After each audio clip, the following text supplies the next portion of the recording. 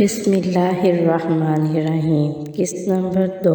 پہلے تو نگینہ کسی کے کہے ہوئے فکروں پر بھی غور نہ کرتی تھی، مگر آج اس نے غور کیا تو نگینہ نے دل میں سوچا کہ وہ لڑکا درست کہہ رہا تھا۔ نہ جانے کون تھا، کدھر سے آیا تھا۔ سلسلہ کچھ دن یوں ہی چلتا رہا۔ نگینہ بھی اس بات کو بھولتی جا رہی تھی۔ نگینہ کو کتابوں میں بہت دلچسپی تھی۔ نگینہ کالج کے قریب ایک پرائیویٹ لائبریری سے کتابیں لیا کرتی تھی اور پڑھ کر واپس کر دیا کرتی تھی۔ آج بھی نگینہ کتابیں لینے آئی۔ کتاب ڈھونڈتے ہوئے اس کی نظر ایک شخص پر پڑی۔ وہ وہی شخص جو بس اسٹاپ پہ ملا تھا۔ نگینہ نے ارشد کو دیکھ لیا تھا اور ارشد بھی کتابیں تلاش کرنے میں لگا ہوا تھا۔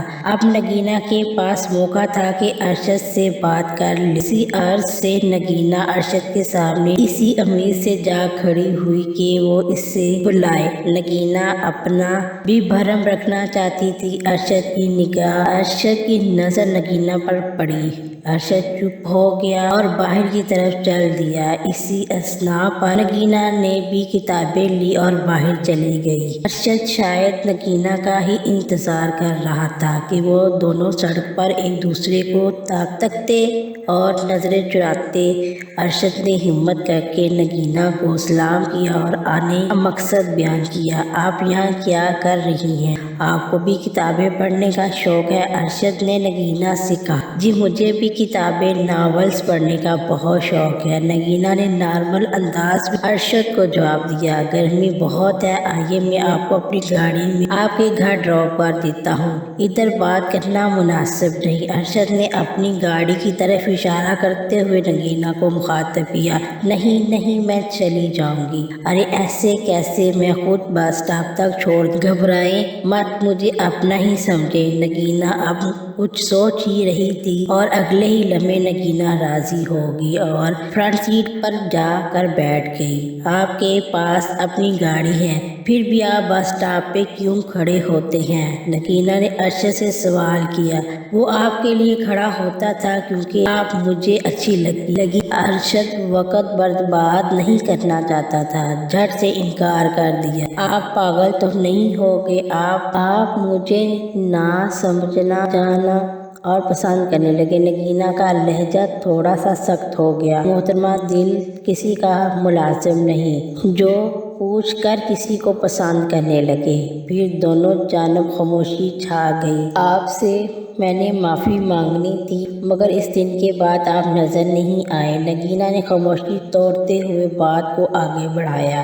معافی ایک شرط پر مل سکتی ہے، ارشد نے شرارتی انداز میں نگینہ سے کہا۔ کیا شرط ہے؟ نگینہ نے ارشد کا منہ تکتے ہوئے پوچھا۔ بس ایک کپ چائے سے معافی مل سکتی ہے، نہیں کوئی چائے وائے نہیں، ٹھیک ہے؟ پھر کوئی معافی تسلیم نہیں کی جائے گی آپ کی، ارشد نے نگینہ سے بولا۔ اچھا ٹھیک ہے۔ نگینہ چائے کے لیے راضی ہو گئی۔ ارشد نے قریب ہی ایک 5 اسٹار ہوٹل پہ کار کو پارک کیا اور دونوں اندر چلے گئے۔ نگینہ نے آج سے پہلے اتنا شاندار ہوٹل کبھی نہیں دیکھا تھا۔ صاف ستھرا ماحول، ایسیوں کی ٹھنڈی ہوا۔ جیسے نگینہ پیرس پہنچ گئی، مگر نگینہ تھوڑی گھبرا بھی رہی تھی۔ پہلی بار کسی انجان کے ساتھ آئی اور یہ بھی ڈر تھا کہ کوئی اسے دیکھ نہ لے، لیکن نگینہ کو خیال آیا کہ اس کے خاندان والے ان کے پاس سے بھی نہیں گزرتے۔ مجھے آپ بہت پسند ہو، مجھ سے شادی کرو گی؟ ارشد نے بیٹھتے ہوئے چائے کا آرڈر کیا اور ساتھ ہی اپنی بات کہہ دی۔ مسٹر، کیا بات کر رہے ہیں آپ؟ میں اور لڑکیوں کی طرح نہیں ہوں کہ جان پہچان ہوئی نہیں آگے لائن مارنے۔ ارے نہیں محترمہ، لائن نہیں، جنہیں ماری جاتی ہے انہیں اتنی عزت نہیں دیتا۔ ہائے، آپ جیسی نیک لڑکی میں نے کبھی نہیں دیکھی۔ آپ کو میرا نام کیسے پتا چلا؟ نگینہ نے حیران ہوتے ہوئے ارشد سے پوچھا۔ ان خوبصورت ہاتھوں میں آپ نے اپنا پیارا سا نام لکھا ہوا ہے۔ ویسے میرا نام ارشد ہے اور میرا اپنا بزنس ہے۔ نگینہ ہاتھوں میں چائے پکڑتے ہوئے ارشد کو سن رہی تھی۔ گھر کا سوچ ہی رہی تھی، دیر ہو رہی ہے۔ آپ بہت کم بولتی ہیں، ارشد ارشد کی دلی خواہش پوری ہو گئی۔ نگینہ نے اپنا نقاب اتار لیا تھا۔ خدا کی شان، ارشد کے منہ سے یکدم خداوند کریم کی تعریف سننے کو مل کیا ہوا؟ نگینہ نے ارشد سے جواب طلب کیا، کچھ نہیں، اللہ پاک کی شان بیان کی ہے کہ آپ میری سوچ سے زیادہ خوبصورت ہیں۔ لڑکی کو اس کی تعریف سب لفظوں میں سے سب سے اچھی لگتی ہے۔ مجھے اب چلنا چاہیے۔ نگینہ نے ارشد کی بات کو انسنا کر کے کرسی سے اٹھ کھڑی ہوئی۔ ارشد بھی نگینہ کے ساتھ چل پڑا۔ ارشد بات کو بڑھانا چاہ رہا تھا اور نگینہ بھی کچھ ایسا ہی چاہتی تھی، مگر شرم و حیا کا پیکر بنی بیٹھی تھی۔ اسے ارشد پہلی نظر میں ہی پسند آ گیا تھا، لیکن وہ اپنی زبان سے اظہار نہ کرنا چاہتی تھی۔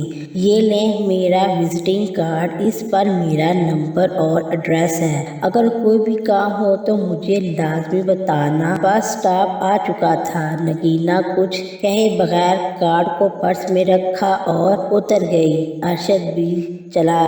انشاءاللہ نیکسٹ قسط اور لے کر آؤں گی۔ اللہ حافظ۔